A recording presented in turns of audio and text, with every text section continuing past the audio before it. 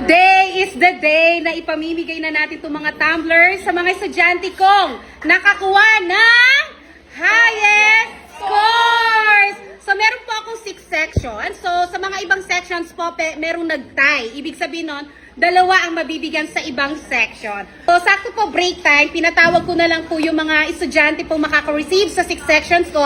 At ang gagawin ko po ay, eto po yung mga tumblers, nilagyan ko po ng numbers yan sa taas ng tumbler kasi para po fair, hindi sila makakapili, bubunot po yung mga estudyante ko sa 6 na section. So ayan, gumawa ako ng mga number dito. Ngayon, i-announce muna natin ang mga scores ng mga estudyante. Excited na kayo? Excited na. May mga audience ako, yung mga nag-break time ng mga ibang bata. Okay, unahin natin sa Aquarius. So, ang nakakuha po ng highest score sa Aquarius ay si Chanel! Chanel, ready ka na bang bumunot? Kung anong mabunot mo dito, yun yung number na mabibigay sa'yo. Ready? Bunot na! Anong number? 4. Number 4! Nasaan yung number 4 dyan? Eto na! I-reveal na yan! Huh? Wow! Congratulations! Welcome po! After ng Aquarius, sa Virgo naman tayo.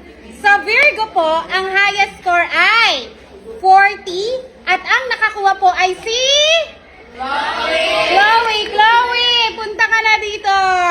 Bunot ka na. Ayun, no? Anong number? 6. Number 6! So, saan yung number 6? Diyan, kunin mo na. Ayun, no? Ay, ang ganda! Ang ganda ng kulay. Sige, flex mo, labas mo. Wow, ang ganda! Thank you po. Welcome! Next naman tayo sa section ng Pisces. Ang nakakuha po ng highest score po ay 2. Sa tingin nyo, babae, lalaki yung 2? Babae! Automatic alam nila babae kasi halos mga babae yung mga nakuha ng mga highest, no? Si Angel at si Mira po ay nakuha ng 40 points. Palakpakan niya. Sabay na kayong bumunot na. Ano number, Mira? Number 3. Yun sa'yo. 1 po. Number 1. Ayan, kunin nyo. 1, 3. Congratulations. Ayan. Congratulations na. Dalawa yung nakuha sa Leo. Congratulations. At yung highest score po nila ay 44. Si Rain at si Natasha. Ayan. Bunot na dito na. Sabay na kayong bumunot. Ano number? 7. Number 7. Ikaw? Number 5. Ayan. Tanggalin yung plastic. Ayun, no? Lalaking lalaki. Oy, katulad nun sa akin yan. Congratulations po. Next na tayo sa Gemini naman tayo. Okay. Ang nakuha po ng highest score sa Gemini ay si Prince Ian. Prince Ian. Okay. Ang score mo po ay 44. Yan, no? Yan, no? Ano kaya yan? Anong number? Number 1. Ano kayang tumbler to? Yun, no?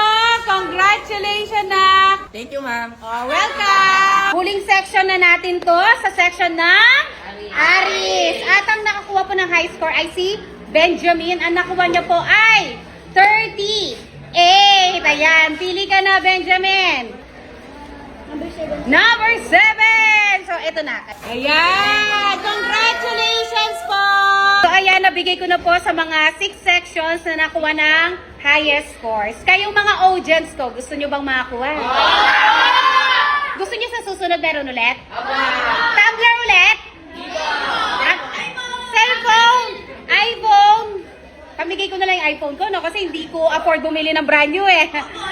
Ay, gusto nyo second hand. Anyway, sa mga, meron pa tayong second, third, and fourth. So, meron at meron pang makaka-receive sa inyo. Baka ibang bata pa yung makaka-receive kasi na-inspire sila sa mga nabigyan ng tumblers. Alam nyo magkano yung mga tumblers na yon? 400 plus. Meron doon almost 500. Pagbutihan nyo sa susunod para mabigyan kayo ni Madam Vicky. Clear ba yun?